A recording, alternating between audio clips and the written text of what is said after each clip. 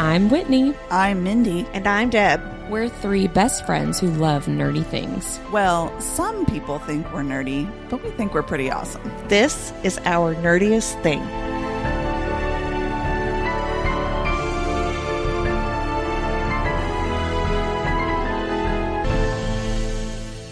Hello, fellow nerds, and welcome to our Nerdiest Thing. Today, we're going to be discussing It Ends With Us, the book versus the movie. Before we get started, we are talking about It Ends With Us, so trigger warning for that in and of itself, and also for the heavy themes of domestic violence. I wanted to point everybody to the National Domestic Violence Hotline, which is 800-799-7233, or you can text the word BEGIN to 88788 if you or somebody that you know needs help with that. There are resources available to you.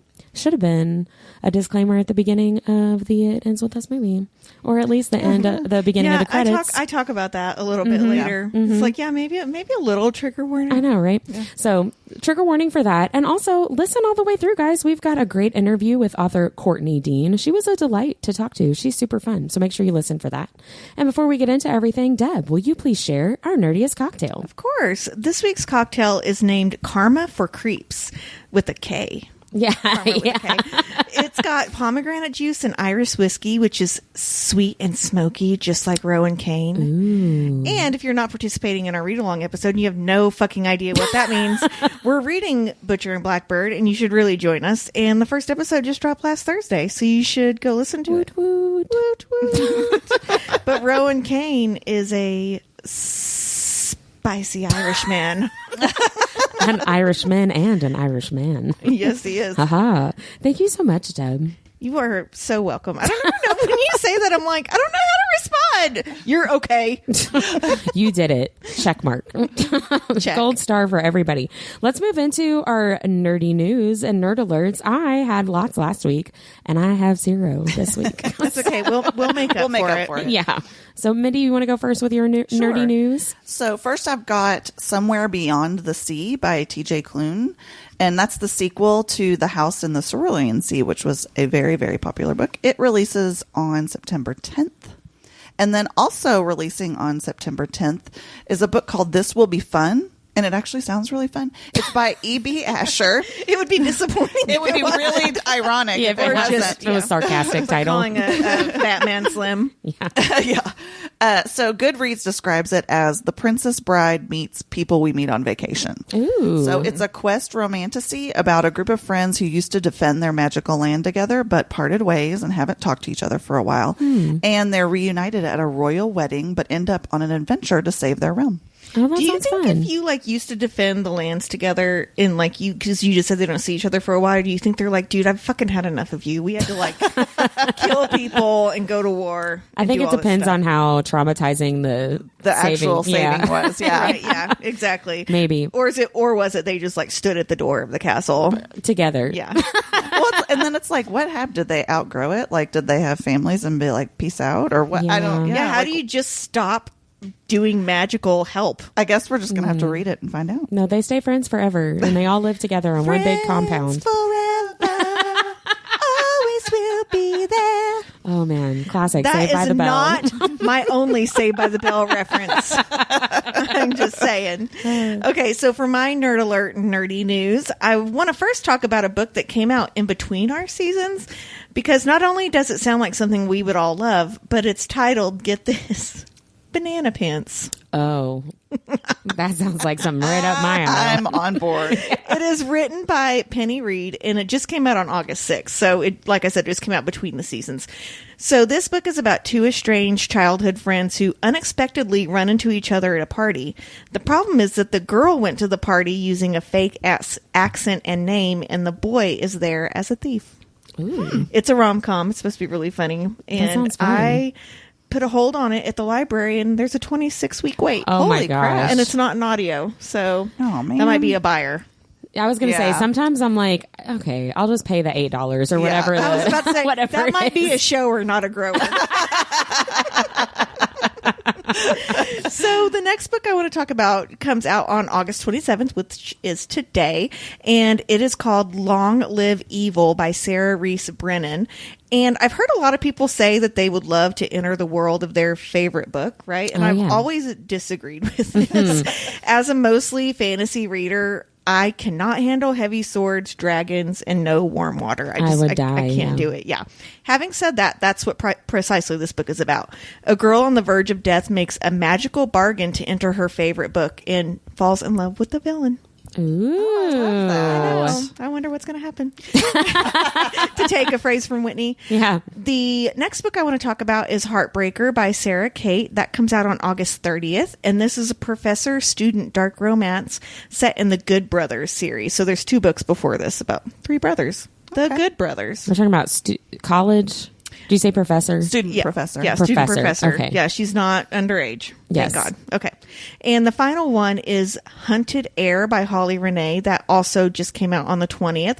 This is the second book in the Veiled Kingdom series that has enthralling secrets, impassioned enemies, and luring tension, which I read as enemies to lovers, one bed. That's what it sounds. Yeah. So, yeah, all of these have just come out or are about to come out. Some really good ones in there. I do have 3 books for what we're reading right now. Well, these are kind of all convince you to read these books.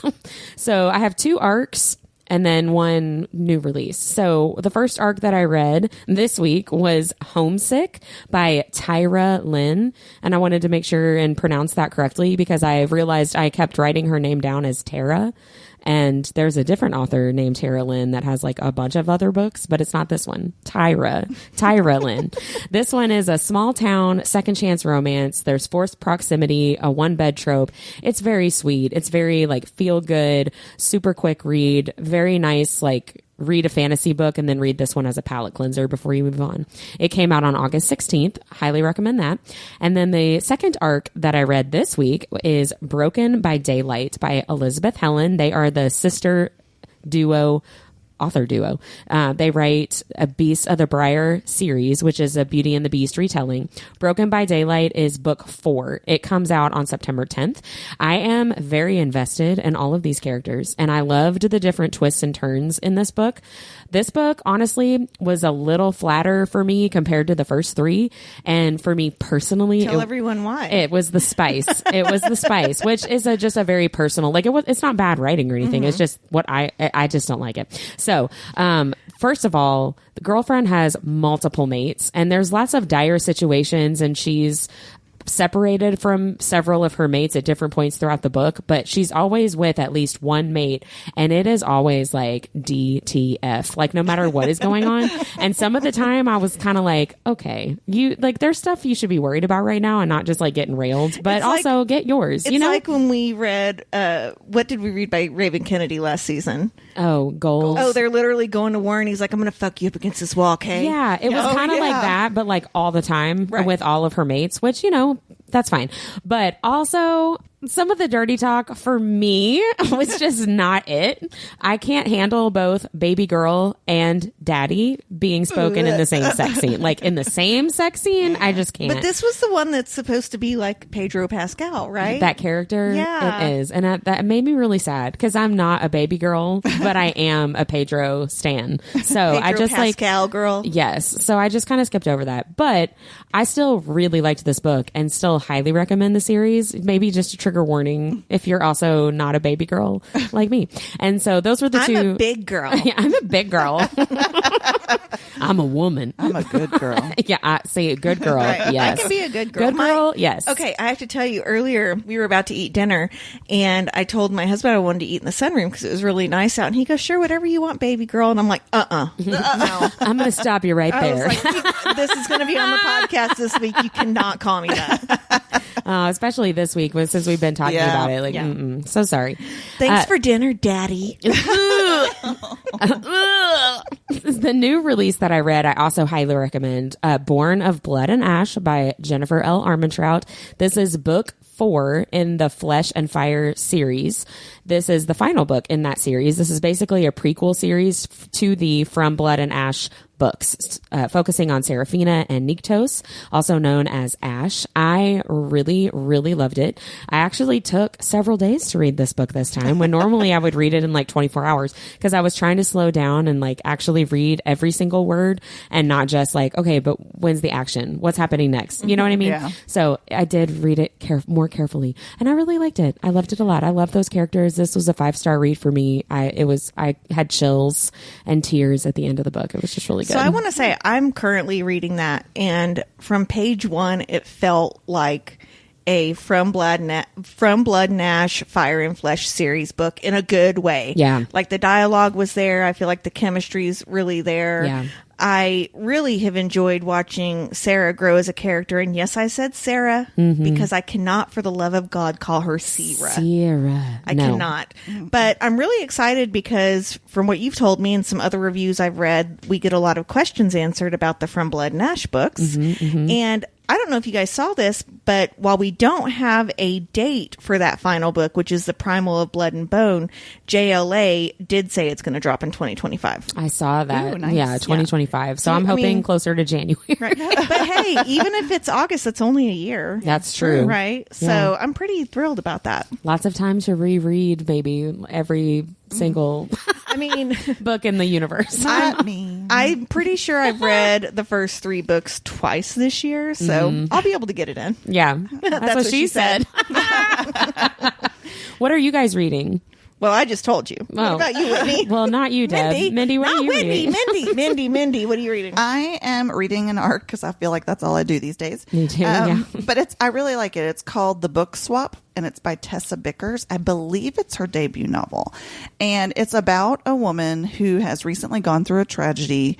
And I don't want to tell you what it is because it kind of comes out as you read the book.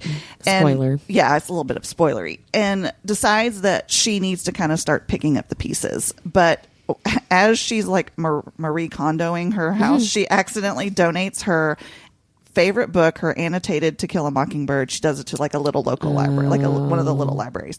I would cry. Yeah. And so when she goes back to look for it, when she realizes her mistake, she knows what she did. She doesn't find it at first, but she keeps checking, and then she does find it. And it has more notes in the margins that like added to hers, and an invitation to meet her. Meet me in another classic book. And so they basically turn into pen pals through these books, but like notes in the margins. So they start swapping notes and things. I'm only about halfway through. It's really good. I really like it. I will say, the cover makes it look very like fun Emily Henry rom-commy, and it's not. It's a little heavier than that. So just it was warning. the same marketing team as that it ends with us, right? Right. Yeah. Grab your girls, wear your florals. What are you guys watching? I'm watching an oldie but a goodie. I'm watching season 6 of Gilmore Girls. Oh, yeah. That's such a comfort show for me. It's perfect to have on the background or just to veg out and watch. And so I recognized yesterday that I was almost to the end before you get to a year in the life. But those episodes are very good. They are just not the same. And so I was kind of sad. Yeah, they're very much not the same. Yeah. I agree with that. What about you guys? I love Gilmore Girls. What are you watching, Minnie? I think I mentioned last week that I started rewatching Alias, so I'm still going through those. I just love that show. I forget how smart and intricate it is. What season are you on? I'm still on the first season. Are you season 2 and 3 is where it's at. Are you watching it like streaming somewhere, or it's on Disney Plus? Oh, yeah, I did not know that. Yeah. Well, I know what I'm doing later tonight. Although I'm still watching. You're going to watch her fiance die? How dare you? Yeah, well, Spoiler alert, but that came out in 2005. It was the very first episode. I was going to say, that's the first episode, so that's not really a spoiler. But I'm watching Buffy. I finished season 3. I made a couple of notes because there were a couple of things that I thought were really funny that I don't know if I was supposed to think they were funny, but I did. I really enjoyed the principal getting eaten by the demon thing. I thought that was pretty great. And then Wesley, when he and Cordelia finally like kiss, and then they're both like, ew, no, thank you. So I told you this via text, but he goes to the show Angel after this. And he gets like weirdly hot for a minute. Well, I told you guys, it took me a few episodes to realize that he is Allison Hannigan's husband in real life. Like I thought he looked familiar. And then after a few episodes, I looked him up and I was like, Oh, because he's in How I Met Your Mother. Like, I just did not realize that at all. Because I don't think he's a bad looking dude, but they made him very dorky. Right. And he gets less dorky in in Buffy. Angel. But no, I enjoyed that a lot. The season finale of season 3, I weirdly, maybe it's not weird, but I felt weird because I like kind of didn't care that Angel was leaving.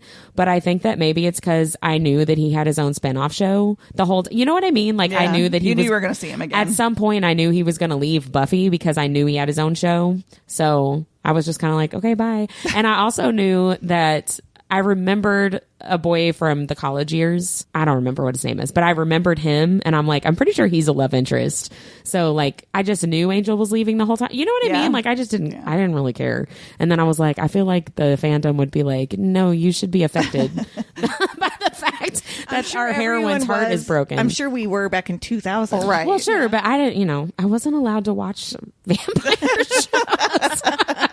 Look at me now, Mom. I will say, as soon as you're done with Buffy, you do need to watch Angel, though. Yeah. You really do. I might have to pause and watch Alias first. Well, it was at a certain point playing in the same timeline as Buffy. Yeah. But it gives away stuff. So like you really should finish Buffy first. Yeah. I did start season 4 with the baby Pedro Pascal in the college years, and then he immediately gets like killed and turned into a vampire, and I was like, wah, wah. Did you think he was cute as a vampire? Dude, not really. As a vampire, like when he was like undead human face, yes. Well, sure. But vampire face, no thank you. But like human face, I messaged you guys. I would have made out with him so hard when I was in college if I went to school with him. He looks exactly the same, with the exception of he doesn't have like the boy's body anymore. Yes, but like he's very boyish. Looks exactly the same. Oh, It's insane. I would have been so into that. What are you guys listening to? Anything fun? Anything sexy? I'm just still listening to the Dear Felicity podcast. Oh, I think that's fun though. No, it is. It's been really fun and now I feel I can't watch two things at the same time. So I have to finish my Alias rewatch before I do a Felicity rewatch. But I've rewatched Felicity like 3 times, which is unheard of for me. So I think I'm gonna have to wait, but it's been fun listening to some of the meta, like there's some meta episodes in there that I'd forgotten about. There's one that's like looks like a Twilight Zone episode, and it's really cool. So I'm like, maybe I'll just go back and like watch a couple of those just to tap me over. Yeah, is that good enough to go back and watch if you've never watched it, or is it more like nostalgia for because you watched it live? You know what I mean? No, I think it's great. I think it's just different from anything else, even that was on the WB. It's very raw. It's very. I was too young to watch it. It was very emotional, but you weren't allowed to watch the WB. I know, right? Apparently, but it's got like hilarious, funny moments. I don't know. It's got a young Rob Benedict in it, and his character is fucking hilarious. Oh, not like, as more than just like a guest star in an episode. No, I mean he's like in several, and he actually goes through 4 seasons. 4 seasons. It's college, freshman through senior. Well, good for him. And so he's in there. But oh my gosh, he's so funny. He's like this like neurotic. Yeah. He's the one guy's the RA, and he bugs the RA so bad, and he like has a toaster in his oven. I don't know. It's just a toaster in his room. I mean. Oh. There's like a whole scene. I'd be upset about that too. Where he has like dirt on the RA, so he's like, I'm gonna keep this toaster. He's just so funny. Whoa, what a rebel. I will say, such a bad boy. Just to bring it all the way back to fandoms, Rob Benedict is also in an episode of Alias, season 4. Oh yes, he is. Yep. Oh, yep. I don't remember that. He's in it for like a hot minute. Yeah. Is he also in Buffy? I feel like a bunch of people. I think he is. He's a vampire in the it's like season 1. Oh, then I already saw him. Yeah. So the WB was like, Rob Benedict, we got you. Yeah. They hire the same people. They really do. For those of you who don't know who we're talking about, Rob Benedict plays Chuck on Supernatural. Mm-hmm, mm-hmm. And if you've never heard about us talking about that show, I don't know where you've been. Yeah. A new listener. Yeah. Sorry. Yes, new listeners. We're really glad you're here. So, Deb, what are you listening to? For the first time in my life, I'm in an audiobook slump. I'm really struggling with audiobooks right now. And part of it is just, I think, like my mental health state right now. Like everything feels very anxious. That's the only way to put it. And so when I feel like that, that overstimulation is like too much, It's too right? much, yeah. I can see So, that. having said that, normally I read like 2 audiobooks a week, and I think I've only read 2 this month. Like, that's it. Well, listen to. But I did finish today, actually, The Prisoner's Throne, which is the second book in the Air duology by Holly Black. And I will say, they definitely set that book up to have another Carden and Jude book. Oh, yeah. So I need to do some research into this, Gosh, like the way that they would left be it. Lovely. Yeah. Interesting. And then I am finishing Trisha Wolfe's Lovely Wicked Things audio arc. Her books are really dark and cerebral and like hella fun. Yeah. Like, she's very, very intelligent. We met her at Less Than a Low Yeah, Country. she's really cool. But the serial killer uses like he leaves clues behind from like philosophers, and so the FBI agent has to actually pull this guy she put behind bars for like because he was a serial killer, and he was a professor of philosophy, and then of course they start like fucking and stuff. As one does. Yeah, Of course. He helps her find the dark side of herself. Ooh. Yeah, it's very cerebral though, and I really like it. It's great. Well, I'm on kind of a true crime. We're reading Butcher and Blackbird, so I've got a lot of like true crime on the brain. I've just been listening to random Crime Junkie episodes. I'll just kind of scroll through and just wait until I do that every once in a while. Yeah, like I'll just go through the even stuff I've listened to before, but if I recognize the case or the victim name or, the criminal's name or whatever, I'm like, oh yeah, I'll listen to that.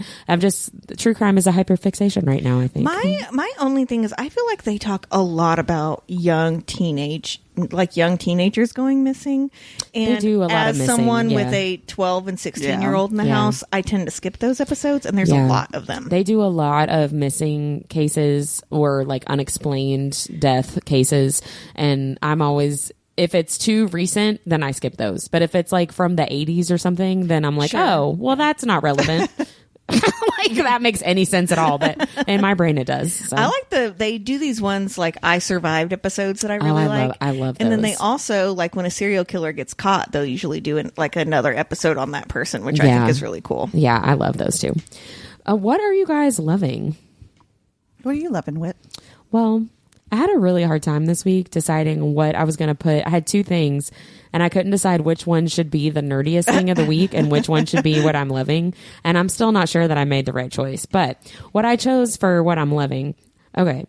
So this is just really random. So I have PMDD, which is premenstrual dysphoric disorder, which is basically like really horrible PMS, like mental health horrible.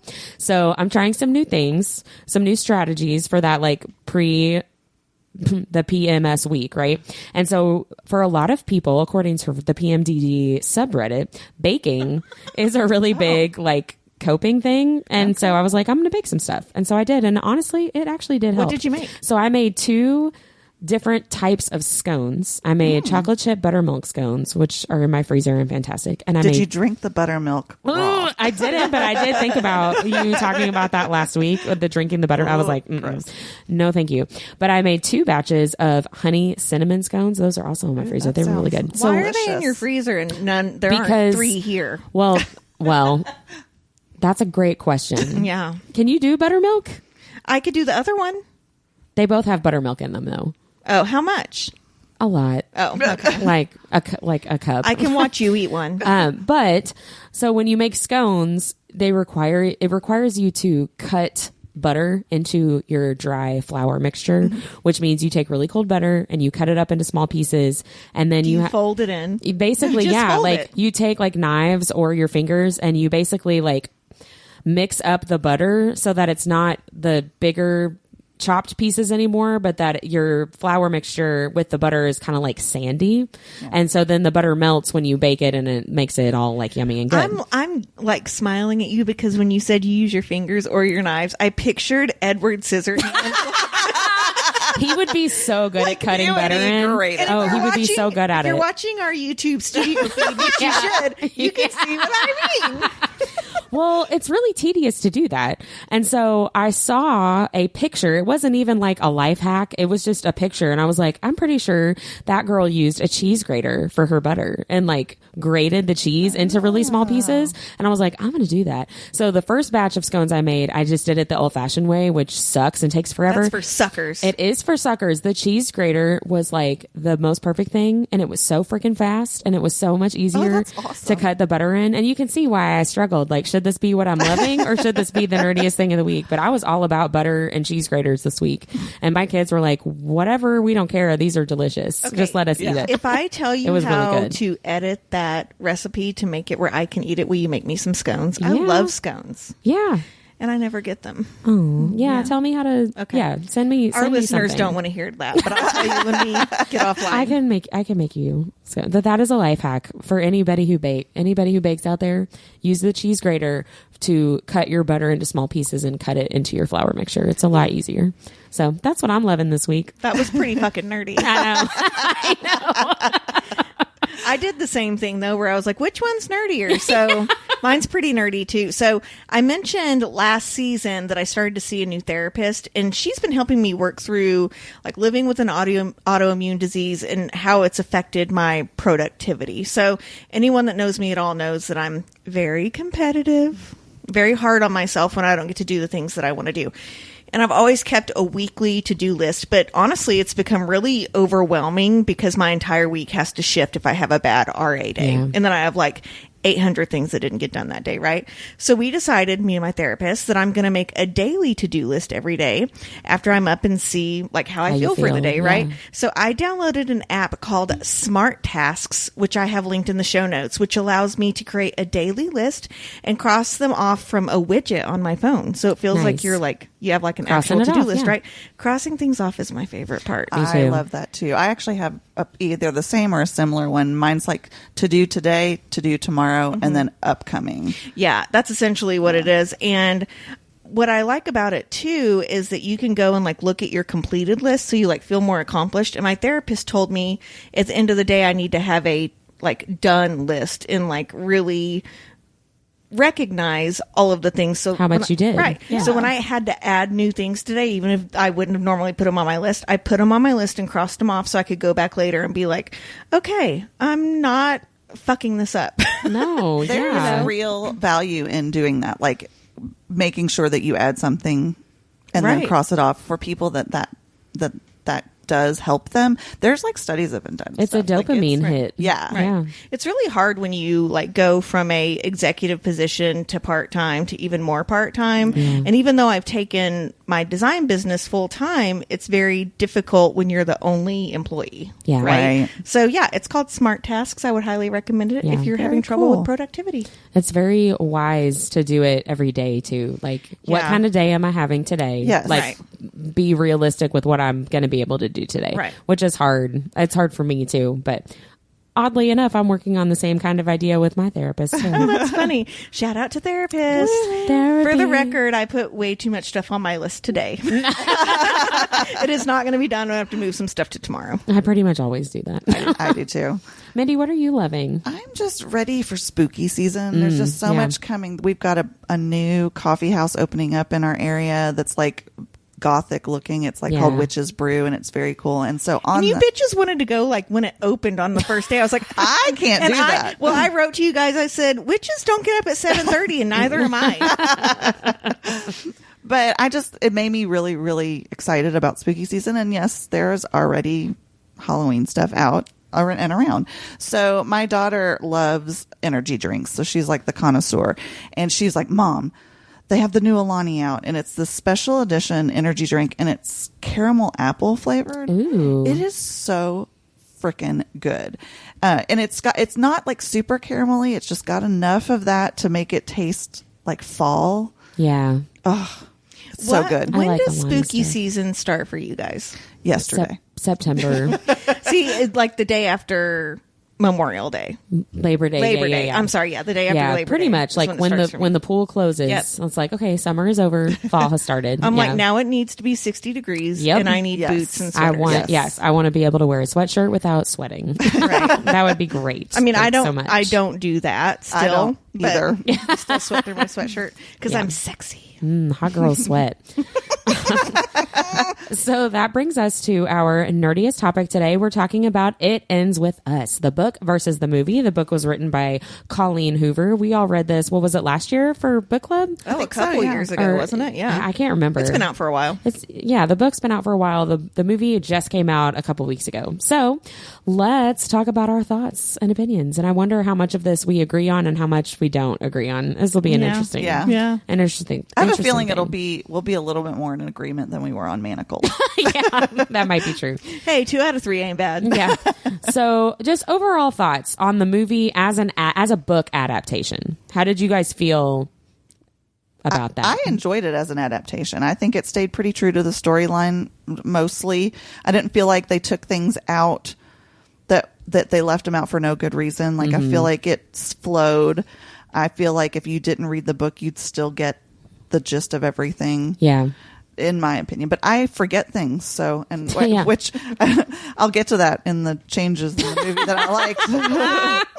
I liked it as an adaptation too. I thought they did a good job keeping true to the bones of the story of the book, right? Which, I mean, it's always, you're always leaving stuff out when you go from turn a story from a book to a movie. There's not ever enough time to do all the details. Like, that's why it's a book, because you have all those details, right? Right. But I do think, compared to, what did we do a few episodes ago in the previous season, the book adaptations? Oh, the Idea of You. Yeah. And we talked about, I remember I talked about like the Scarlet Letter. That's like, it was the title and then the movie was completely different, right? Yeah. I feel like they did a good job staying true to, mostly staying true to the characters and the story the way that it's laid out in the book. So I thought they did a good job with that. I agree with you. Overall, I think this movie is really well done. I'm personally not a huge Coho fan, but the reason this book resonates with me personally is that it shows us how someone can get trapped in an abusive relationship and how a charming, good-looking guy who's really good at gaslighting can make someone believe that each abuse instant is an accident, right? Right. The movie also does this, like where you don't kind of realize it at first, which I loved. Although I have read that has been confusing for people who haven't read the book. Like they feel like they were accidents, right? Until suddenly they're not, which is kind of how the book moves. That was my favorite part of this movie as an adaptation. That was my favorite kind of change. Yeah. Right. Yeah. So the pacing of the movie is really great and the emotional depth of the film really stands out. Having said that, we all know that this movie has been marketed as a rom-com, which is very problematic for people with abuse triggers. I'm a visual person, and even though I knew the abuse was coming, I had a very difficult time watching this and pretty much cried the entire time, if I'm going to be honest. I can't imagine how I would have felt if I'd gone into the theater thinking I was watching like a cute little love story. Right. Yeah. Right? I've seen I can't speak from personal experience, but I have seen on social media abuse survivors that have had very mixed opinions. I've seen some people say that they really did not resonate with the portrayal, and I've seen other people say this is the only time I've seen a portrayal of domestic violence that resonated with my experience. I agree with you on this, on the second part, right? Yeah. And we did do a little Instagram post highlighting other heavy books and what their marketing would have been if it had been taken too lightly. So it's posted in the show notes, and it's funny, I gotta say. People on TikTok did other movies, and there was one that was like, he's making a list and checking it twice. Liam Neeson stars in Schindler's List. Stuff like that. I mean, it was really, really hilarious. But no, I loved my favorite part of the adaptation was the ambiguity of the actual abuse, because that's part of the whole point of where you just believe it's an accident and you believe that with the character. Well, because when I read the book, I know not everybody has this experience reading It Ends With Us, but I had no idea that there was any kind of abuse at all. And I didn't know anything about the book. So when that started happening, I was like, wait, what? Just like Lily is. Like, that's how they want you to feel as the reader, because that's how she seems to feel as the character. You know what I mean? Perfect example of like, but he's a doctor and he's so nice. And like, he would never do that to you. Yeah. Right. I loved that in the movie, where it's like, you kind of especially the first time when he burns his hand and she suddenly falls over, she says in the movie, what just happened? Yeah. And you feel like that as the viewer too, right? And then at the end, when they show that montage of like, no, this is what actually happened. Right. I loved that. I thought that was really powerful. She's almost an unreliable narrator in that way, which works really well. Again, for someone who is an abuse survivor, like you really think there's no way that actually could have just happened. Mm-hmm. And then if someone who is very charming tells you it didn't, you're like, okay, because I would never put myself in that situation. That's what she keeps saying. Well, and if it's someone you actually love, like she still loved him even in the end. Like it's somebody you love, you don't want to believe that that's what it was. Yeah. So, you know, if it happens the first time, you want to talk yourself out of it. And then as it goes on, it becomes harder and harder to make excuses. Yeah. No, I totally agree. I will say, too, I thought the casting was exceptional for this. I think agree. Isabella Ferrer, who is the actress who plays young Lily, could easily be Blake Lively as a teenager. Like, absolutely. Hands down. It's just uncanny. And then I loved the actress who played Alyssa. She was adorable. And I thought maybe she might be a little too over the top for me, but like that's kind of how she was in the book. So I think she portrayed that really well. Marshall was a little over the top, but it was also endearing. Yeah, it was funny to me. Both of those roles were filled with actors who are comedians. Oh, okay. Like they are both like stand-up comedians and comedic actors, which like you're saying, like that's kind of how they were in the book. Yeah. You know, they were the comic relief. They were a little bit more over the top. So I liked that.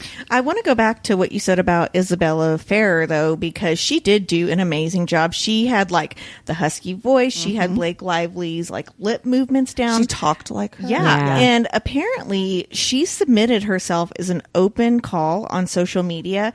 And according to the director and the star, Justin Gabaldi, her tape got instant approval from Blake Lively. So she just did an open casting call. If you go to IMDb, she's not on anything else. She looks so much like Blake Lively. When Mindy and I went and saw it together, and I said, I feel like they might have like computerized her face to make her look more like Blake Lively. Like it was so insane. I don't want to say the wrong thing, so the listeners need to go look it up. And I'm sorry I don't have it in my notes, but she has a very interesting ethnicity where she's like, I forgot. It's definitely Irish, but then it was like Filipino or something like that. And I was like, oh, that's like really, really interesting.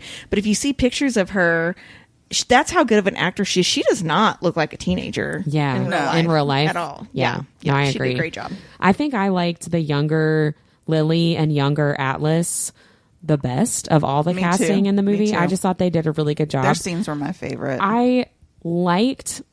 I don't know. This is probably going to be a hot take. I liked Blake Lively as Lily. I liked Justin Baldoni as what's his face? I was going to say Ryle. I was going to say Ryder. I was like, that wasn't right. I was going to say Raul. Yeah, no. Ryle. And I like Brandon. What's his name? Sklenar.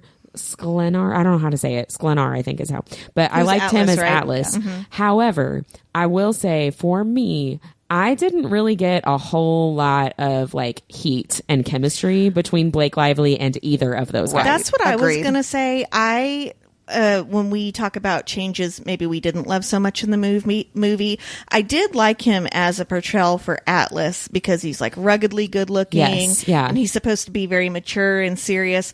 But I missed seeing the sweet side of his character that you see in the book. Like he has his friends over and she's there and like she kind of becomes part of his crowd and like, and they do have more interaction, right, where he's kind of like taking care of her and stuff. Yep. And I missed seeing that on the screen. Because I think as a viewer, if you hadn't read the book, you'd be like, I don't, okay. What is it with this guy? Right, yeah. Which, again, the younger Atlas, I feel like did such a good job with like that sweetness. Those were the parts of the movie where I got I mean, like the very beginning, the first flashback to them as teenagers, I said to Mindy, I was like, and I'm already crying. Just like how nice she was to him. I know. And I don't know. Maybe part of it is that I'm a mom, and part of it is that I was a teacher I had kids in my class that were like that were Atlas. You know what I mean? And so you just, I don't know. That I was like, she's so nice to him. He just needs somebody to love him. You know? He did. He just needed someone to throw him a bone. I do want to give a shout out to, I didn't even write down the actor's actual name, so sorry everybody, but the actor who plays Dr. Owen Hunt at Grey's Anatomy, he was Lily's dad. So shout out to the Grey's Anatomy actor. I was like, at his funeral scene, I was like, I think that's the guy from Grey's Anatomy. And then in the flashbacks, I was like, yeah, that's definitely the guy from Grey's Anatomy. So I wasn't looking at him in the flashbacks. Those were really hard to watch. yeah. I do have a hot take too, casting wise. Tell us. Personally, and you all have heard me say this, I don't find Justin Baldoni attractive at all. I think he needs to decide if he wants a beard or not. Like fully commit or shave that shit off. I mean, maybe if he shaved, I could see the appeal. I don't know. I don't find him sexy Seeing at all. Pictures of him, just like online or whatever, I'm like, okay, he's a intrinsically good-looking guy, right? In the movie, when he lays the charm on thick, like he's very, very attractive. See, I don't see it. But I also, love his curls and all that. It's not even that. I think it's just, I don't know. I think I would have liked to have seen his character naked. No. I mean, the first time he takes off his shirt, you're like, oh my God. I know. He's a little too muscular for me, to be honest. Yeah, with you. not It's for a me. little weird. But You can't relate. I'd hug that shit like a bear on a tree. I don't know. I think maybe it's a credit to his acting. I feel like that character, I should want to feel a little bit more sorry for him, and I just don't, because I don't find it, like, I'm not attracted to him. Like, I don't see how she loves him, but again, that is so personal preference. Because Mindy could never love an ugly guy. Shout out to Darren.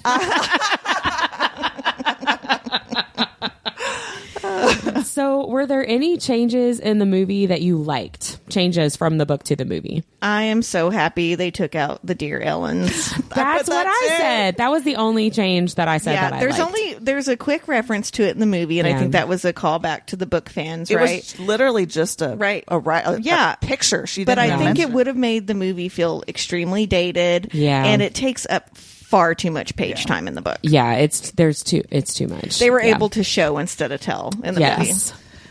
This one was one of those where I completely forgot. I think I don't know who I was talking to. I was like, "What are you talking about? Who's Ellen?" I wrote, "I can't decide if I like that they took her notes to Ellen out or not." I had actually totally forgotten about that whole situation for some reason. Yeah. So I guess I just don't mind that it was mostly absent. Yeah, no, I think it's good that they didn't have that in there. It would have been really weird. It was weird in the book for me. Clearly, I thought it was so weird that I didn't want to think about it anymore.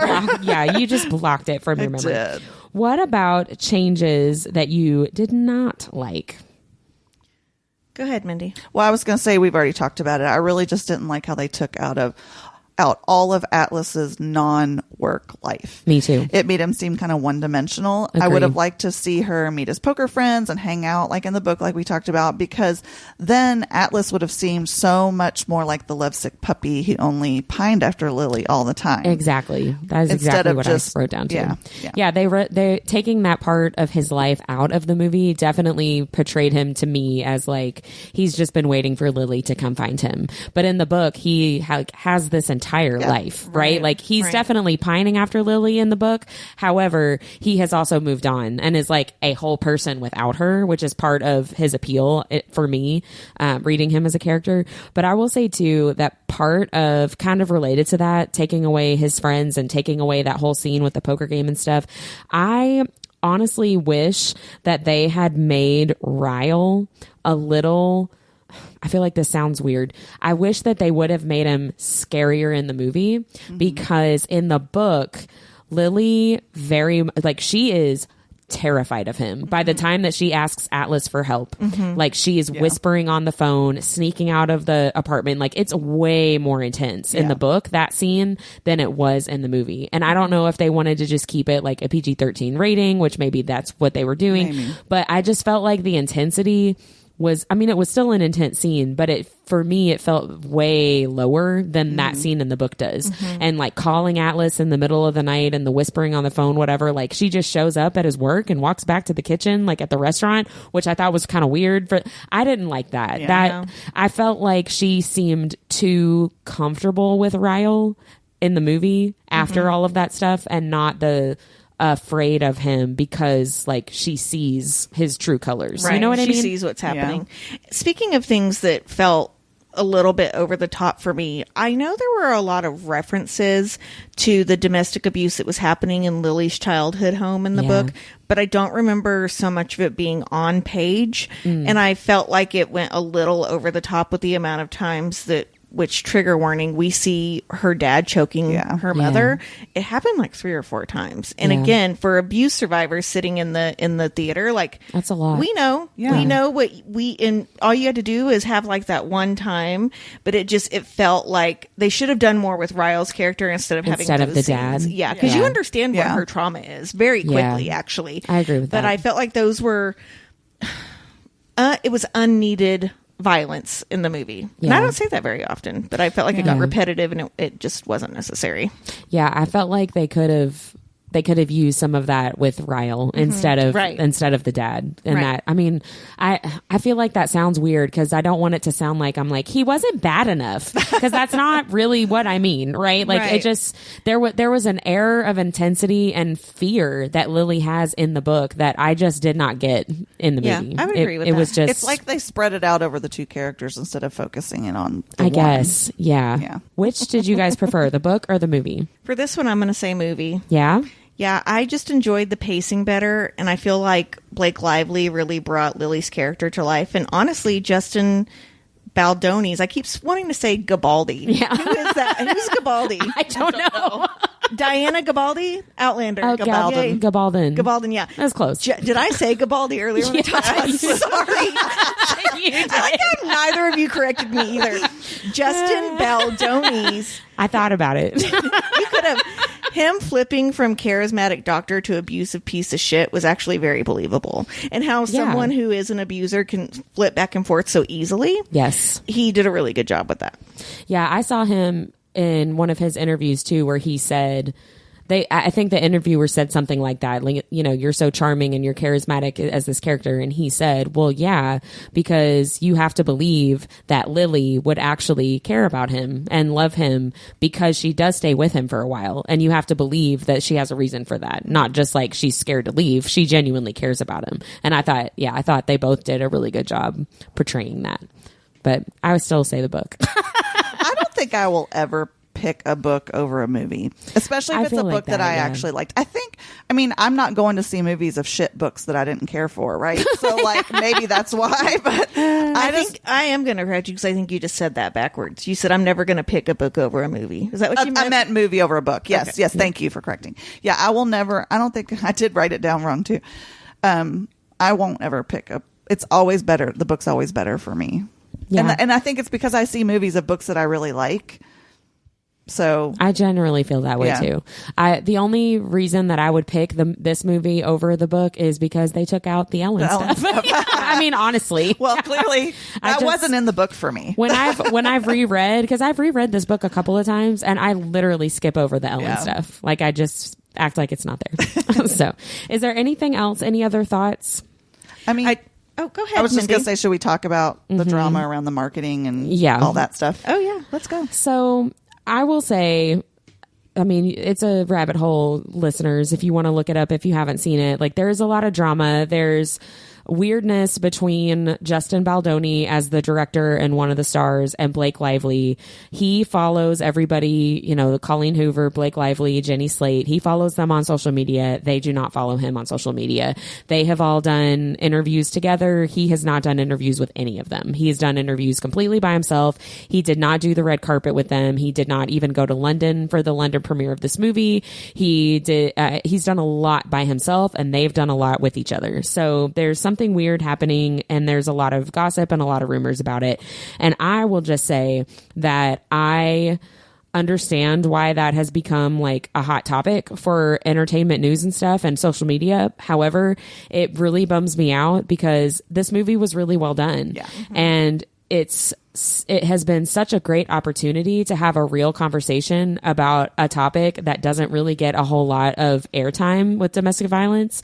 And it bums me out that the stupid, petty, whatever crap drama has overshadowed what could have been a more important conversation. Yeah. And I will say props to Justin Baldoni, because in his interviews and in his press, he's the only one from this movie that I've seen talk about domestic violence at all and talk about it as like the focus of wanting to make this a a good movie. You also would think that they would want to make sure that they're focusing on that after so many people criticized Coho for romanticizing this stuff, like trying to make like a fucking coloring book out of this book. Yeah. Right? Like, and I don't remember, quite frankly, what was romanticized out of the book because I read it a long time ago. I just think, you know, that she does a good job depicting what abuse is like. But you know, you said it earlier, having someone go like, put on your florals and meet your girlfriends and say nothing else about the movie. It's crazy. It is. It's like it's almost like the production house or the studios telling them like, well, don't talk about that because nobody wants to hear about it. Nobody wants to see a depressing movie. Right. Yeah. Well, but yeah, we do. We watch depressing shit all the time. Well, it hasn't seemed to affect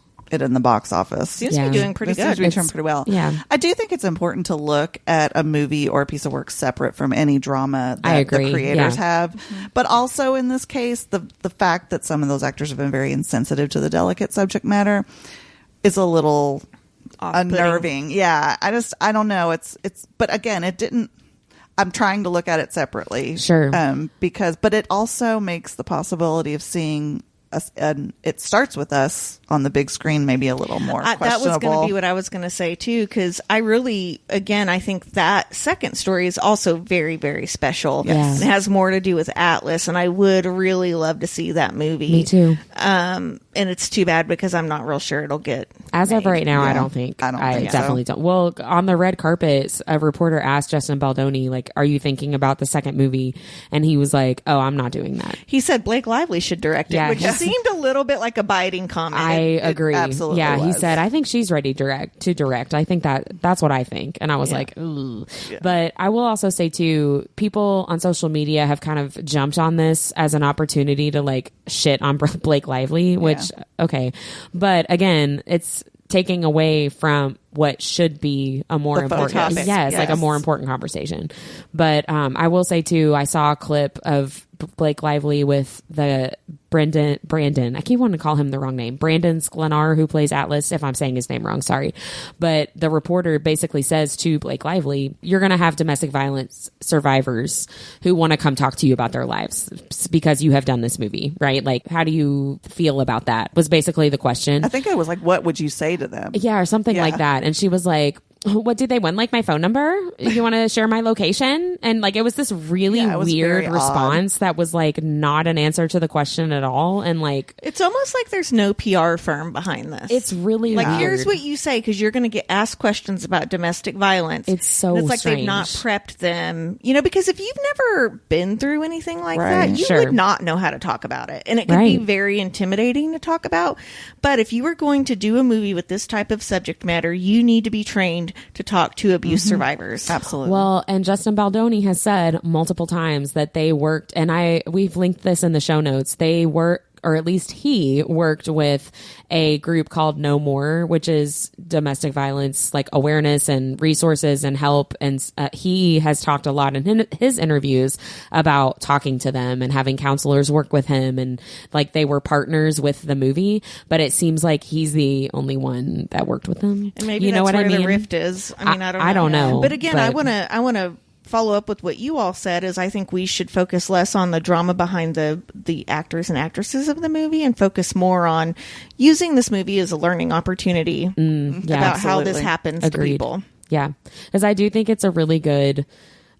I think like the battered wife is kind of a stereotype in movies and in books that is not real to what people's experience actually is, because there are still so many people who think like, well, just leave.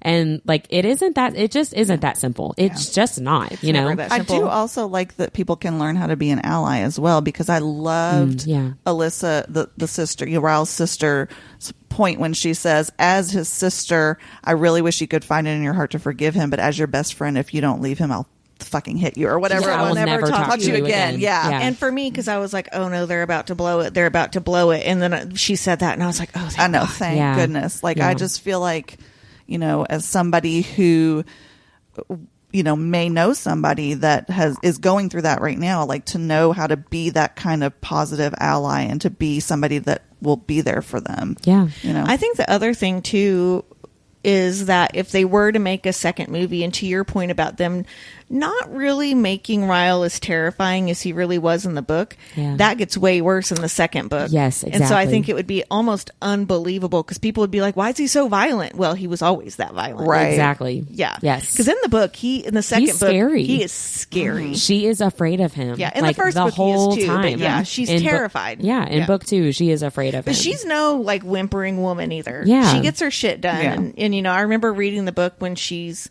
in the hospital and she goes, I want a divorce. And I was like, oh, thank God. Because I was like, what's going to happen? Like, is How are she they really going going to to go back to him? Yeah. Because, I mean, I will say it doesn't mean that a book wouldn't do well if she had, you know. Right. But that made me respect the book more that they Yes. did not end up together at the end. Yeah, 100%. Yeah, I was trying to explain this movie to my dad, like the plot of it. And for some reason, I was like, I don't want to give any spoilers. So I was like, she falls in love with this guy, but then it turns into an abusive relationship. And he was like, that sounds horrible. And I was like, you should watch it. Because I didn't want to ruin like the Atlas experience. I was like, he's not going to watch this movie ever. I don't know why I made him think. Yeah.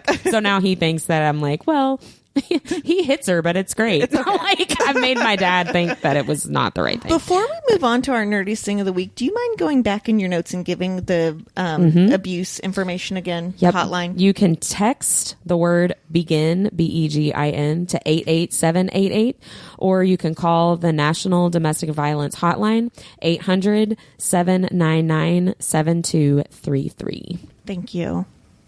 You're welcome. Let's go into our nerdiest things of the week. Mindy, will you go first? Because I want to hear about your sunglasses. So I work in an elementary school, and for some reason, our principal is huge on like dress up days. And last year we had one like every week. Oh Okay. my gosh. And most of them, I'm like, I cannot be that gung ho that early in the morning. Like, I cannot dress up like a princess or a book character when I have to get up at, the butt crack of dawn. So I always dress like a princess. You always look put together. I do not. I do not. So it was sunglasses day, and I was so excited because I was like, I can do this one. I have a shirt with a girl that has sunglasses on, and then I have like prescription sunglasses. It's like, I am going, to me, this is like That's going all out. Yeah. That's all out, right? So last year, all the dress up days were on Wednesdays. So on Wednesday, I show up with my sunglasses outfit, and it wasn't until Thursday. Oh, no. And I was like, I want you to know that I'm not wearing this shirt again tomorrow. Yeah. But I was all in for sunglasses day. A for effort, Mindy. I know. I'm like, well, that just makes me like not. You know what, though? At least it was just a shirt. I know, right? And Like I not, didn't like crazy hair or something. Yes. Oh my gosh. I would have. That would have been awful. I would have died. But that's totally something I would do too. But I have one more little added nerdiest thing. I did order a bucket hat that says "Good Girl" on it. Yes. And I love it. It's amazing. It is very cute. Well, I don't think I'll be wearing it on hat day though. That segues into my nerdiest thing of the week because you wore it to our second annual adults only water slide book club day. It was a blast. Yeah. You walked in and I was like, does your bucket hat say "Good Girl"? Because like they're so at odds with each other, right? Yeah. Like Blossom just walked in and we had to tell her what a good girl was. And just for our listeners, our adults only water slide book club day is exactly what it sounds like. We day drink, we have a water slide competition, and then we read quietly until about 10 p.m. And if your book club isn't doing this, you should be. Yeah, definitely. It's very fun. Deb made us party favors too. It was I know, amazing. that was really cute. I'm using one right now with my tea. Well, my nerdiest thing of the week, honestly, is probably the cheese grater for the butter. But the other nerdiest thing of the week is, so I'm trying different strategies for my PMDD, and one of them is to color in my adult coloring book that has like really complicated pictures and lots of really small spaces to color in. So I was influenced on TikTok and bought a set of Grabby brand glitter pens.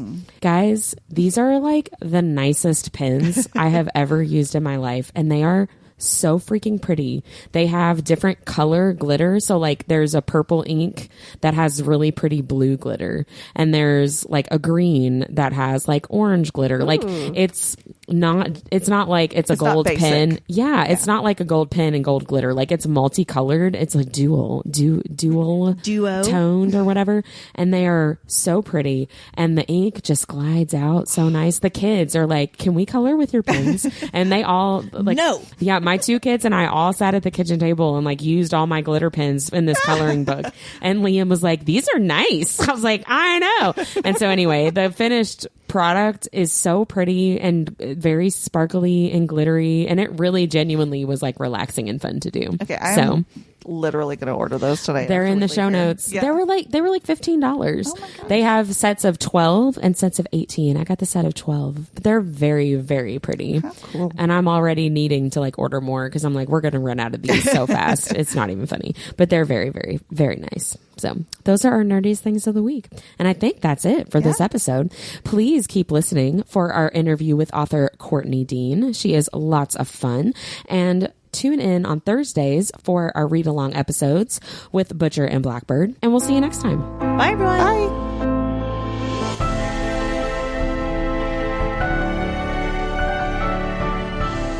Hello, fellow nerds, and welcome to our Nerdiest Thing. Today we are live with a very special guest, author Courtney Deane. Courtney has been a writer and pursuer of happily ever afters since she can remember. As a full-time freelance writer, her days are spent working for print, digital, and broadcast entities, as well as for a variety of PR and marketing clients. She continues her craft by dedicating some space each day to work on her fiction books.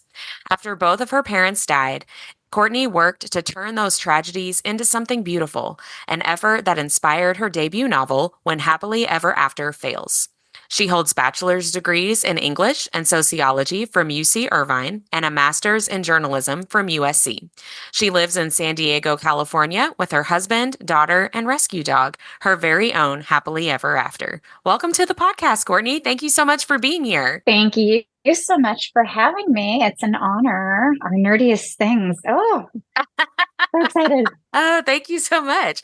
I also have a bachelor's degree in English. So represent. I imagine that's relatively common in the book nerd realm. Sometimes. Yeah. But we've talked to especially a lot of authors who come from very science, math minded backgrounds, and writing is their creative outlet, which has been really surprising. Oh, sure.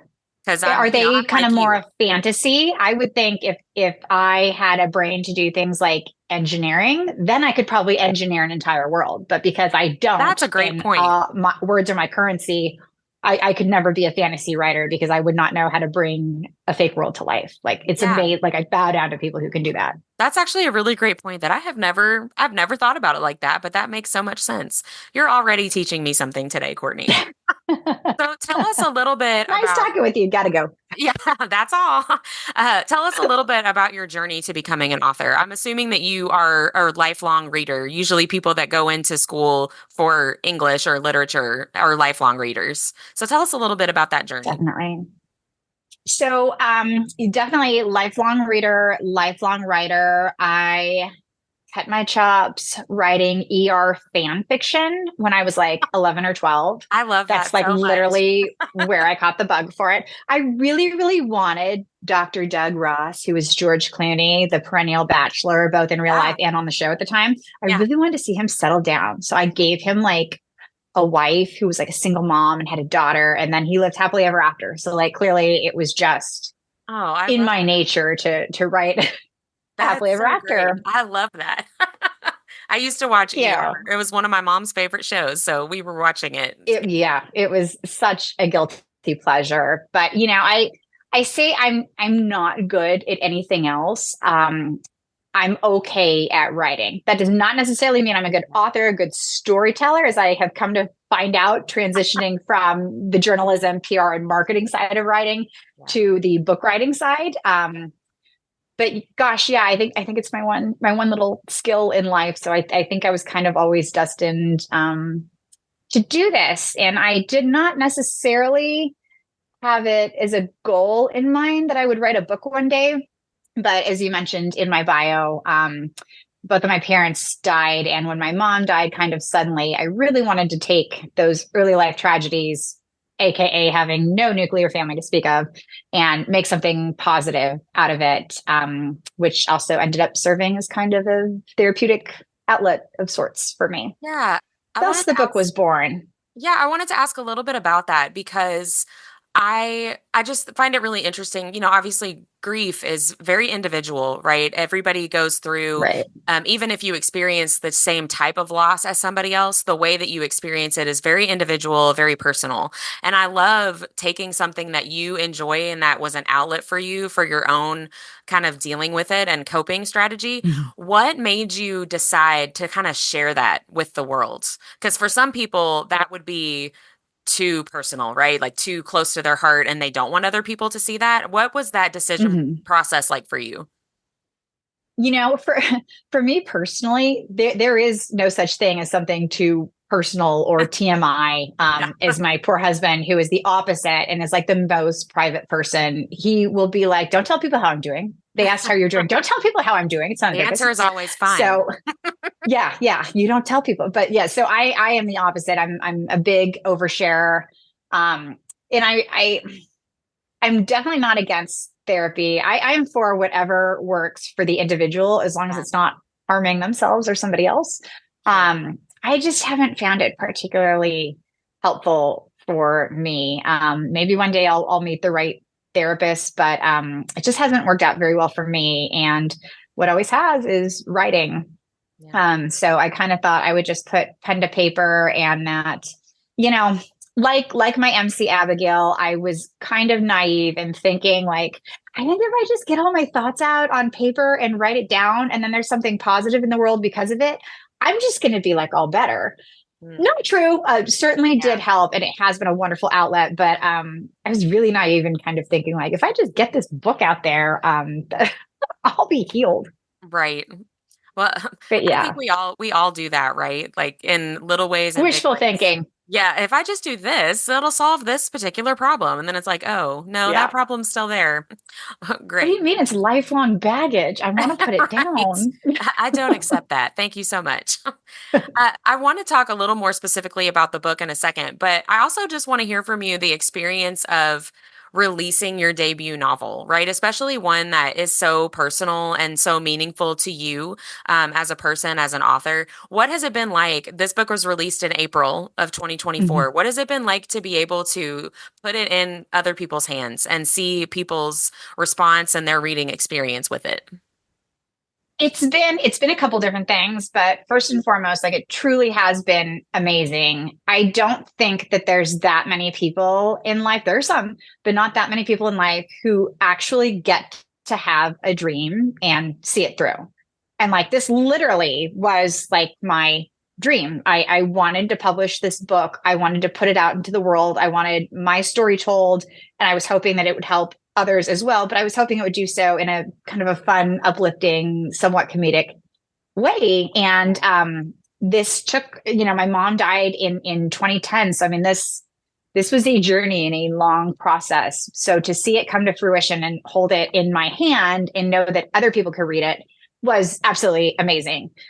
Is it other things as well? Of course, it's overwhelming. It's challenging at times, but it is absolutely so fulfilling and so amazing. The craziest thing for me, though, is actually being on the other side of the interview table. I've never been interviewed unless it's like a job interview. I've never been interviewed about myself. I'm always the one coming up with questions, asking the questions. So that's been unique. I don't see what's so scary about it.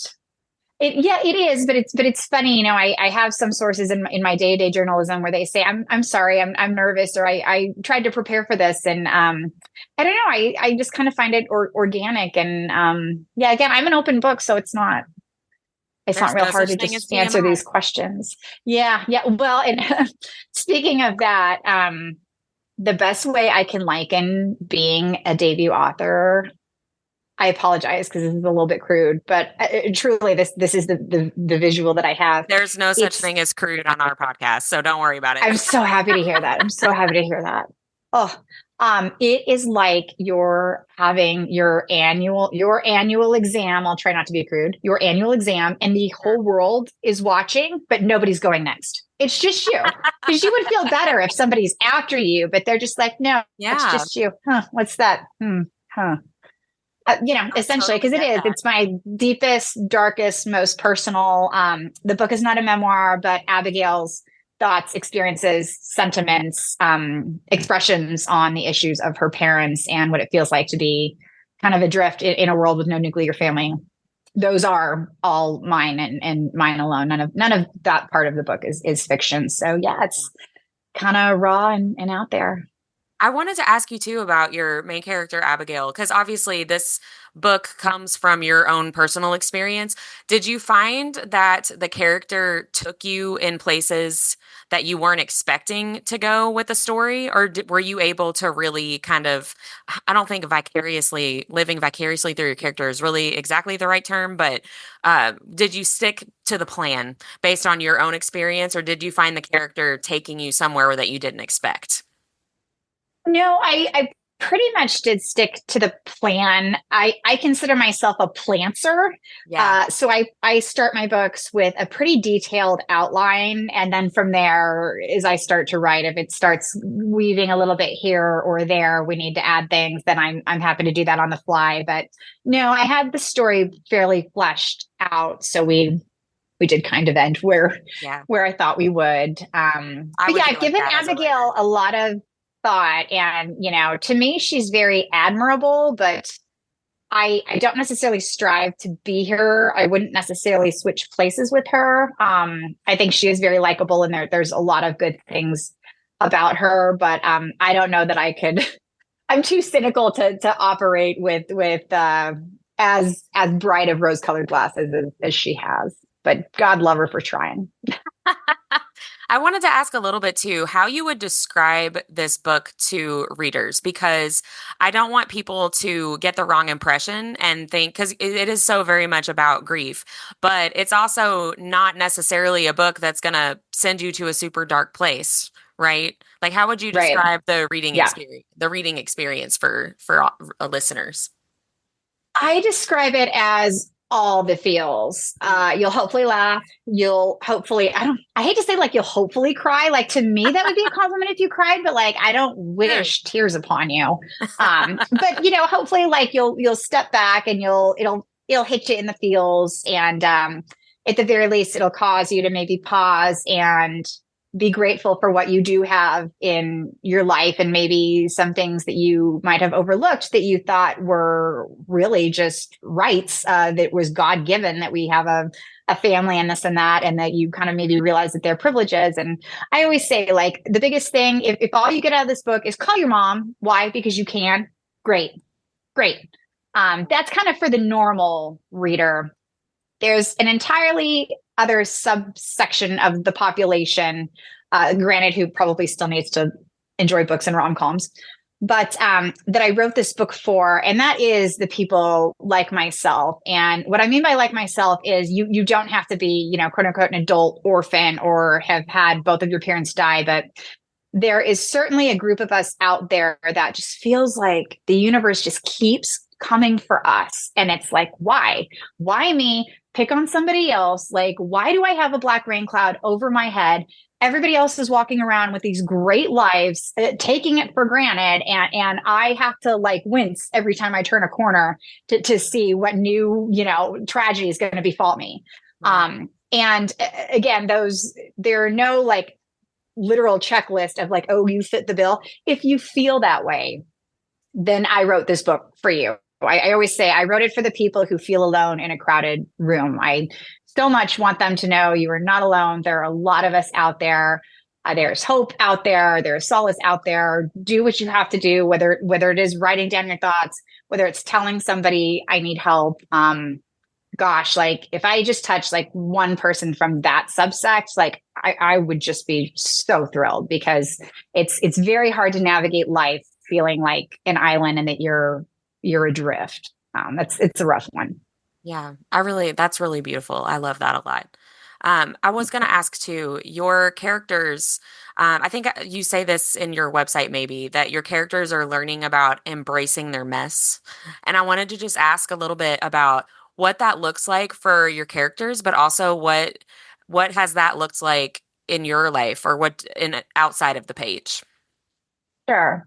I think my answer for both, whether it's the fictitious characters or myself, I think the answer's the same. It really is embracing the mess and knowing that you can't put your best foot forward 24/7. It's exhausting. And I know this because I have tried.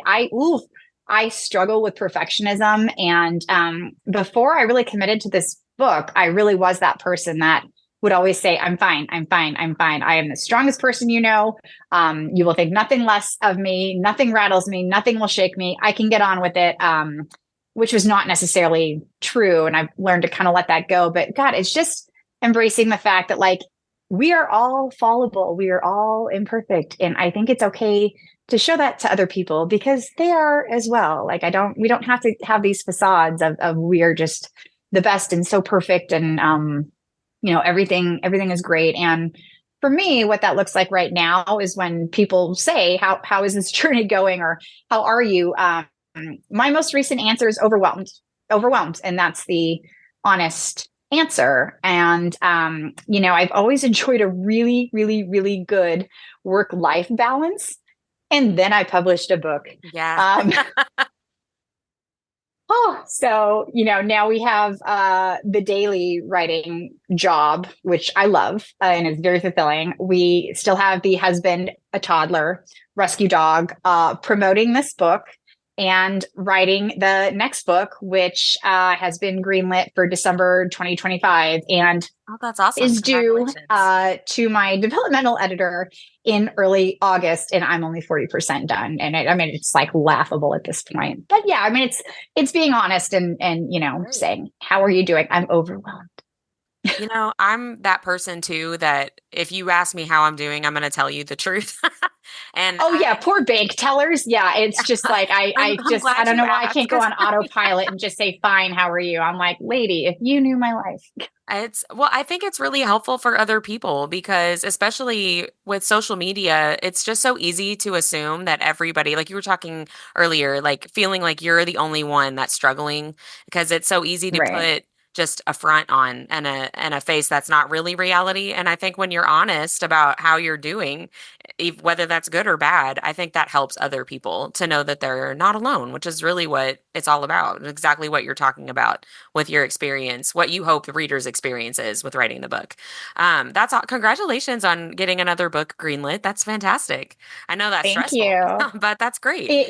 It is. It's stressful, but honestly, it is the best kind of stress though, because like I literally do wake up every day excited because I loved my life before this, but I love this book and I love this plot, just like I did with Abigail and her cast of merry, fallible characters with When Happily Ever After Fails. I just love it. And I'm so excited. And these people are just with me in my head all day, every day. And again, same thing. I've got the outline. So I know it's all in here. I know where it's going. I'm so excited to get it on paper. I'm less excited that there's a deadline attached to it, but we'll get there. We'll get there. There will be tears. I know there will be tears. Sure. There already have been, but there will be more. Yeah. Can I ask, is this next book completely separate from the world in the first book? So they're both going to be kind of standalones. Yes. At least from each other. I have a sequel in my head for Abigail and When Happily Ever After Fails. I'm still toying with whether or not I do it, but I know how her story ends. I know how that goes. I would be excited to tell that story, but in the meantime, there's another one that's been knocking at me while Abigail's gotten all my attention. So we're gonna take a break and go with this one for now. The characters tapping on your shoulders. Excuse me. They do. They just are literally in my head. They live there. I can see them. I can talk to them. I can see them interact anytime. Yeah. It's just wild how alive they are to me. It's crazy. I am curious if other authors are like this or if I'm just No, the Good other word. authors are. We talk to a lot of fiction, especially in the romance, any kind of romance genre. It seems like characters talk to the authors way more than the authors like create the characters, if that makes sense. You are Yeah, not the it's only true. one. I genuinely don't feel like I created these characters. They just organically popped up and created themselves. And I just feel Yeah. like you could throw any situation at me and I could tell you how each and every one of them would react. And that would not be me saying, oh, that's good. We'll make Quinn do this. No, it just to me, like there's these separate entities that Yeah, it's that's who just they are. organically how they would be. And see, that's how I Yeah, feel I like don't know. I feel like I know I wouldn't be a good writer because I don't think my brain works like that. But Yeah, again, I mean, I'm sure there's something nutty to that, but they're always with me, which is how you know you have to get these stories out there because they're like tapping at you, yeah, yeah. telling you to do so.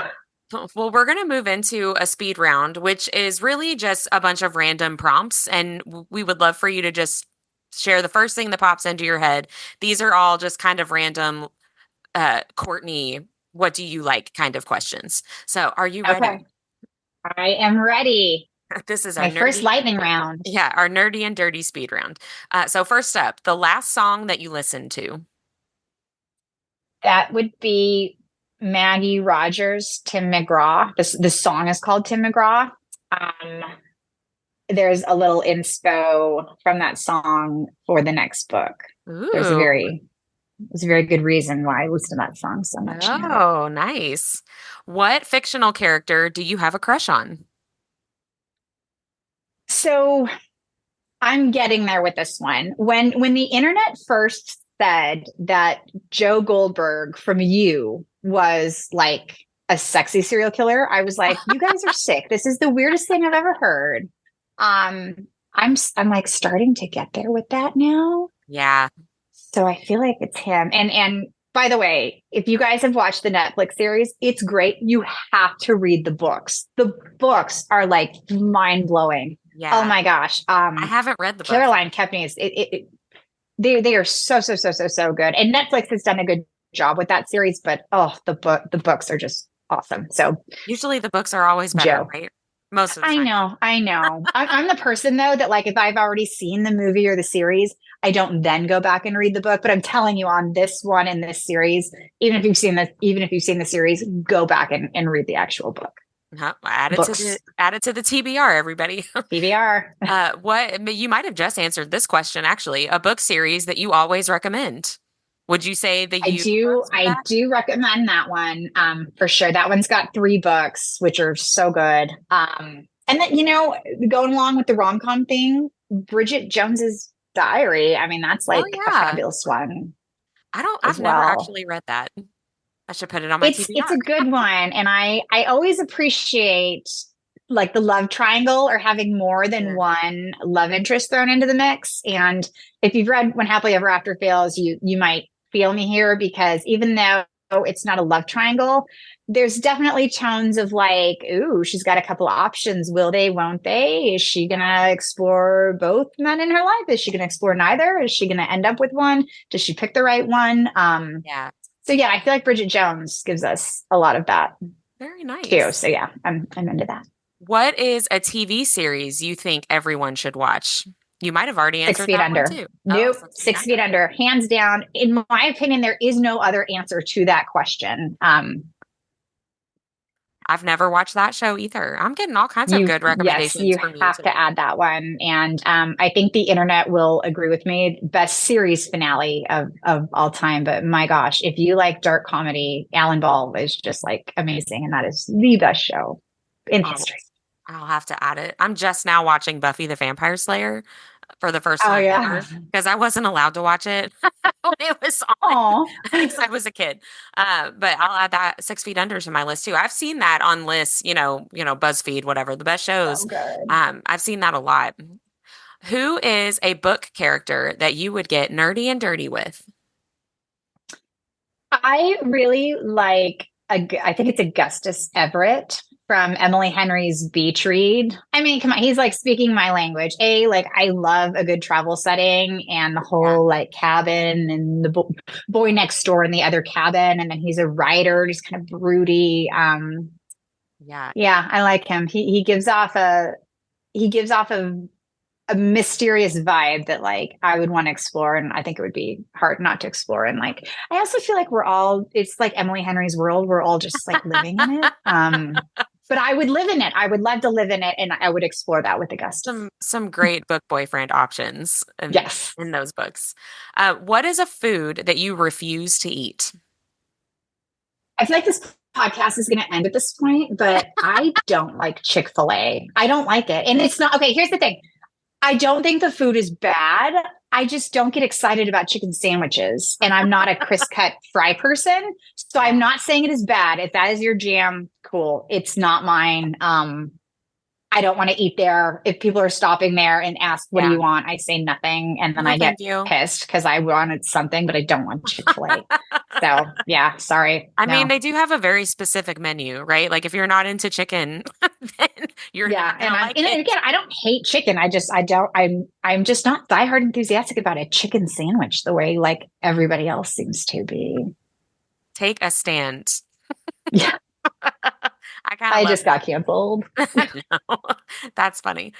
What is a paranormal power that you would want to have? I don't necessarily think that this would be that useful, but like, who wouldn't want to fly? Like I just think that would be so cool to just be able to fly and soar. And, you could read people's minds, but that would also kind of suck a lot because I'm sure if we knew everybody's thoughts, that would really actually not be fun. And same thing, if you could like mind control, then like, what would be the point of the world? Or if you could be invisible and then hear those thoughts, same thing. Then it's like, oh, you really didn't like me. Sad. But flying. If you could fly, then that would just be like fabulous and it would be really pretty. If somebody was bothering you, then you just like take out and fly. Everybody else can go eat at Chick-fil-A and you can fly to somewhere and I'm out of there like the chicken. Yeah. It wouldn't take any extra time. What is your favorite weekend activity? So nowadays, having a toddler, she is almost 3. I really love, we do a family movie night once every weekend. And it has been really cool to rediscover like old childhood movies and then see new ones because I feel like I kind of aged out of the system, like the kid movie system. And again, being an only child around like Lion King and Aladdin. So it's like minus Toy Story, like my like Disney movie acumen stopped there. I never saw any other, like I saw Shrek, but that's about it with like DreamWorks and any of these other kid entities. So like, that's been really cool to discover some ones I haven't seen in a while. And then, I mean, Pixar, like these movies are like crazy. Like they are so entertaining and so great. Really and good. Yeah. And then you're watching her discover them and I'm in that job. So we go to Disneyland. We live in San Diego. We go to Disneyland once a week. So kind of my favorite thing is we will go and then we'll see a character and she'll go, I don't know her. So we'll Google who that is. And then that weekend, family movie night, that's like, we're watching. We will watch that. We just did that with Inside Out. And we saw Doug, the dog from Up walking around and he looks like our dog. So sure enough, she was like, I don't know him. So we looked it up and it was like, oh God, it's the movie Up. I was like, hoping it wouldn't be because I'd never seen it. And again, all the feels, sobbed through it. It was like the best movie. So family movie night. I love to. I have a 10-year-old and a 5-year-old, and we do Friday night movies, especially during the school year because everybody's just tired at the end of the week. And we've been doing the same kind of thing, watching old movies from when we were kids and watching the newer Disney Pixar stuff. And I do love that so many of the newer movies are not so focused on like the romance of it all, like the Disney movies were when we were kids. That has been a nice breath of fresh air for me, especially my youngest is my daughter. I have one boy and one girl. And I'm like, I wonder what her view of relationships will be compared to mine when she's a teenager because she doesn't have all of that messaging, So that's it'll be an interesting social experiment. So definitely. I try not to think about it. I can't think about dating. I just can't. If you had to choose one, smut or plot? Plot. Yeah, I have to I have to have my porn with like some character development. I can't just be like slam bang. So no, plot. I'm like that too. Is there any kind of open door scenes in your book? There is one in true rom-com style. There's some comedy Sure. shenanigans in there as well, but yeah, there's one. There's some, yeah.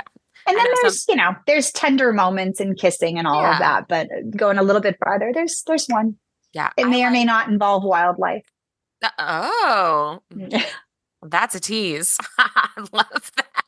It may or may not involve wildlife. That's great. What is a favorite childhood book? I really loved Corduroy. Yeah. And again, rereading it now with my daughter, I love it. I just always, I was an 80s slash early 90s kid, and the idea of like being let loose in a mall after dark just was like the coolest thought Would have been ever. amazing. Yeah. Oh my gosh. It's so like even just the fact that he got to like jump on the various beds and like try them out. I was like, oh my God, you could like sleep. Every night you could sleep in a different bed. Every night you could read in a different chair. I don't know why that sounds so cool, but it did back then. And now Still reading sounds it as an cool, adult, honestly. oh my God, it sounds fabulous. Yeah, and now reading it as an adult, it's a really sweet story. Some of like the tenderness was lost on me when I was little, but it's a Sure. really cute story. Yeah, It Corduroy. really is a cute one. I've read it recently Yeah. with my daughter. It is really sweet. And last but not least, what are you currently reading? Or if you're not reading anything right now, because life is very busy for you, what is the last book that you finished and loved? So there is a book that I want to read when I get a second. And no one should read too much into this, but I think it's called I'm Glad My Mom Is Dead by Jeanette McCurdy. Yes. Yeah. I have heard such great things about that book. And I've heard that also has kind of like the spectrum of feels. Yeah. I really, really, really want to read that one. And that's next on the list. Yeah. But don't take that as like, I'm glad my mom is dead. Don't Sure. put the two together. Yeah. I've heard really great things about that. I haven't read it yet, but I've heard really, really great things about it. So it should be a really good read. So that was our Yeah. speed round. Now I've got we call this three tough questions. These are questions that are more about writing, you as an author, and some writing choices. So the first tough question, is there a scene that you edited out of your book that you really wished you could have kept in? There are a ton of darlings that I had to kill. There's a lot of them. I think one that I really would have liked to have seen made it in. Abigail has a thing for kind of going back into old movies when she's upset about something and kind of trying to disconnect from the world. Yeah. And she has like a Audrey Hepburn phase with, Breakfast at Tiffany's, Robin Holiday. And I had a really great scene with her and Matilda where they were kind of comparing the ending of Breakfast at Tiffany's, both the book and the movie. And Abigail was advocating for her happily ever after. Yeah. And it went a little bit deeper, if you've seen or read Breakfast at Tiffany's, the ending with the cat and Holly Golightly saying, he doesn't belong to me and I don't belong to him. And, we don't own anything and nothing owns us. And I had some really good, similarities and relations with Abigail to that. And I wish that could have made it, but I think it probably got maybe a little too just cerebral and critical thinking, didn't really advance the plot. But it was like, oh, I loved watching the two of them talk about it though. Yeah. And that might actually be the same type of answer for this next tough question. A super specific detail about one of your characters that doesn't really affect the story, but it's something that makes you as the author just really love them. I definitely think that is one, but my top one is rosé. I mean, this book is like rosé all day. Yeah. That is Abigail's drink of choice. And you got to love a BFF, a male BFF that will succumb to that as well and drink your girly, fruity rosé when they're out with you. But I I don't know. I think the rosé thing is fun, and it's ever present, and it's always there. And whenever possible, I like to include rosé now in my events, just as a nod to that. But I think love the that. cheesy rosé habit is like my favorite habit of hers. That's so great. We love a rosé over here at this podcast as well. And then how could you not? And it's summer, right? Yeah, it is a really great, like refreshing hot weather drink. Last tough question. Do you have a writing ritual that might make you seem a little unhinged, but it works for you? I'm always really, really big on accuracy. And obviously we can't know there are worlds, yes, but we can't know everything about everything. Yeah. So I'm one of those people that just, down the rabbit hole on facts just to make sure every little thing is stated accurately. So I think I can become kind of a nut job with that. This book is a rom-com, but I remember like specifically trying to Google, like, if a body fell off the Ben Franklin Bridge, which shore would it end up on? Pennsylvania or New Jersey? And how far would it go? And which way does the water flow there? And, just nutty stuff for like the tiniest little detail of a news story in the book. But it was like, no, I have to get this right. So I'm kind of nutty with my facts. I feel like you and I have the exact same personality because I'm like, no, that sounds normal. Like I would totally do that. You have to be correct.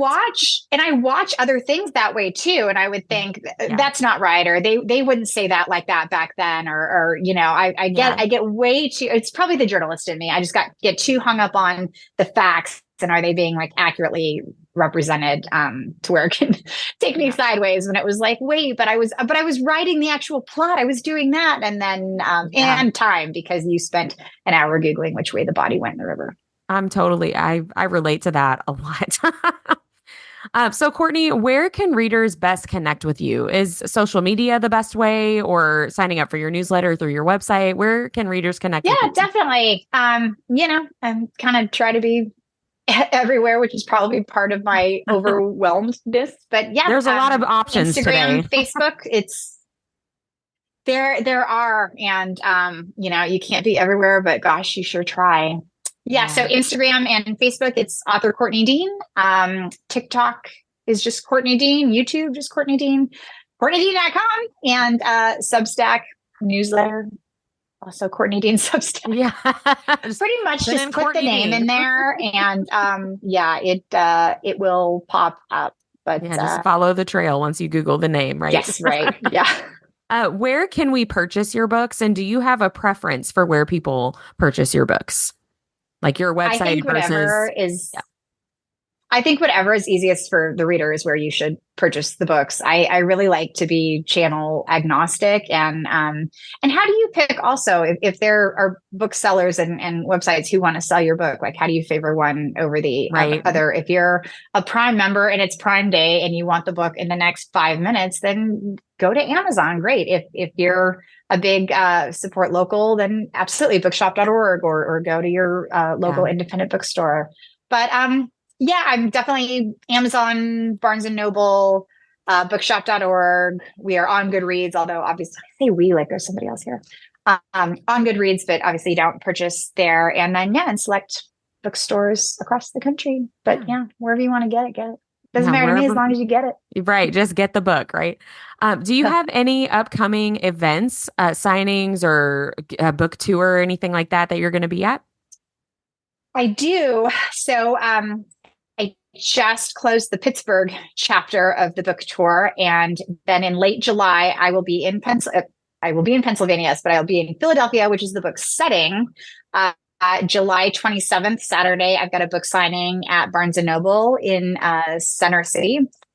The 28th, I have a Paint Your Pet with Rose and me. Nice. Fun fact, Abigail is a paint and wine instructor at the beginning of the book. So this was just too perfect. Nice. Gotcha. Of a fit. And, there's the dog on the cover. We're big rescue dog people. Yeah. So I will be doing that. And then on the 29th, there is an awesome urban wine bar in downtown Philly, much like the one that Abigail and her love interest go on their first date. They are actually going to design a tasting around the wine that's tasting awesome. in When Happily Ever After Fails. So there's a That's lovely super fun. evening of wine and undoubtedly rosé at Tria on Monday, July 29th. That's so fun. That'll be really great. Congratulations on all of that excitement. That's super fun. And these events are all I on really want to make Philly proud, being the book setting. Like I really, really, really want to like knock it out of the park in Philly. Yeah, I'm sure you will. And these are all listed on your website to the They events. are, definitely. Perfect. Yep, we've got an event section and the social media channels as well, newsletter. Yep, everything. Yeah. Everything's That's great. And last question. This is our nerdiest thing. We always share at the end of our episodes what our nerdiest thing of the week is. And most of the time it is book related because that's what we're here for, right? But it doesn't have to be book related. Just anything that you feel like you nerded out about, went down a rabbit hole, got super excited about, anything at all. We would love to hear what your nerdiest thing of the week is. Well, on a personal level, since I was in Pittsburgh, I got to go to Kennywood, which is a big amusement park. And as I said, we go to Disneyland, and I grew up in Southern California, so I've done every amusement park under the sun there. So it was very, very cool to go to an out-of-state amusement park. Yeah. On the book front, I had a book event in a little independent bookstore. It was so, so cute. One Idea Books and Gifts in Leechburg, Pennsylvania. Had that on Sunday. And I was talking to the bookstore owner's husband. And his profession is the same profession as the love interest in the next book. Oh, so then I cool. fangirled out and was like, I need your contact information. I have a million questions to ask you. And I also have a million questions to ask your wife about what the experience is being married to somebody who does this. So like that's so cool. freaked out on him and was like, give me all your contact info and tell your wife that it's not a shady thing. Yeah. I promise I'll put you in like the acknowledgments in the book. I literally said that. I said, you guys will be in the acknowledgments. Help me. Because again, the accuracy thing, it's like, of course I can Google what this is like, but like, I really kind of want to hear it from the horse's mouth. Like, how does this work? And how is it dating and then being married to somebody who does this? So, of course, that was for sure my nerdiest book related thing this week. Oh, I love that. Those research, great always. Yeah, those are great answers. I love that. Well, Courtney, thank you so much for being on. It has been just a pleasure to talk with you and to kind of meet face to face. Thank you. It's been a pleasure. Like what you heard in this episode? Follow Our Nerdiest Thing on Instagram at instagram.com/Our Nerdiest Thing or Facebook at facebook.com/Our Nerdiest Thing. We love hearing from fellow nerds. Email us at ournerdiestthing@gmail.com.